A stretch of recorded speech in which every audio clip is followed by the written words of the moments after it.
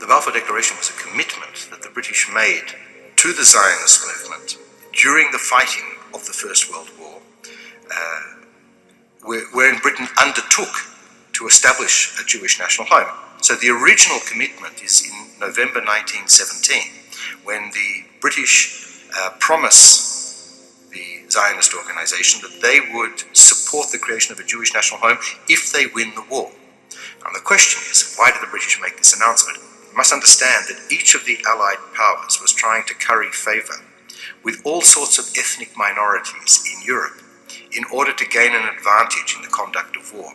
The British believed that the Jews had a lot of influence amongst the socialist and the Bolshevik governments in Russia.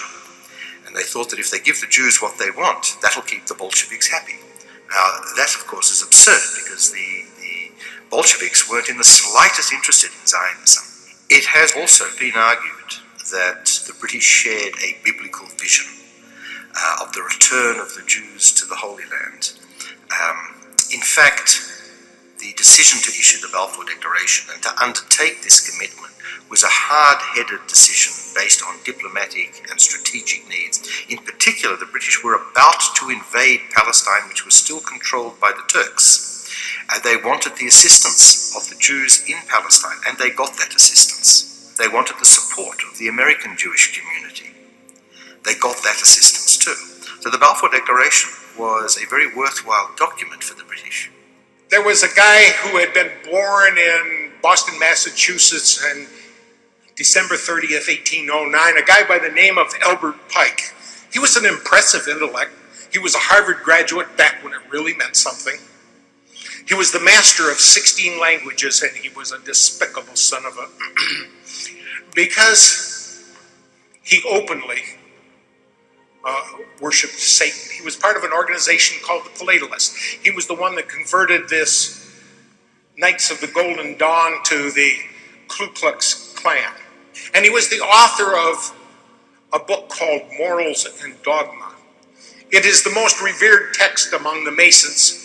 And in this text on page 321, Albert Pike said, "It is Lucifer, the morning light, whose seething energies you must learn to control or implement." So it was this Albert Pike, the same guy that wrote a letter to his superior in the Illuminati, a guy over in Europe by the name of Giuseppe Mazzini, who was the revolutionary leader. And Giuseppe Mazzini also happened to be the founder of the Mafia. This letter that he wrote to Giuseppe Mazzini on August 15 of 1871 outlined 3 world wars.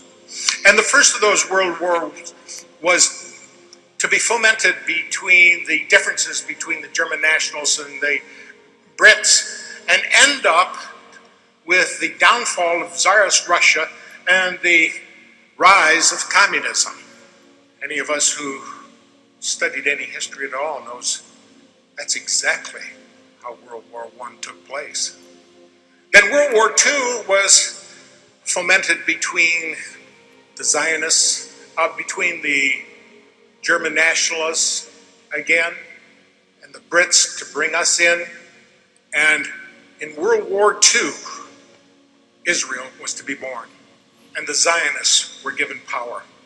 So since the first 2 wars came off just exactly as that letter said, and that letter used to hang right in the British Museum Library until 1977, when Baron Rothschild became a director. And as soon as he was on the board of directors, that letter disappeared from the library. Immediately. And so the United States entered into the war. And Britain won the war. In the process, the Ottoman Islamic Empire was defeated, was dismembered, and the Holy Land was liberated for the Jews. And so an act of terrorism led to this strategic target being achieved, the liberation of the Holy Land.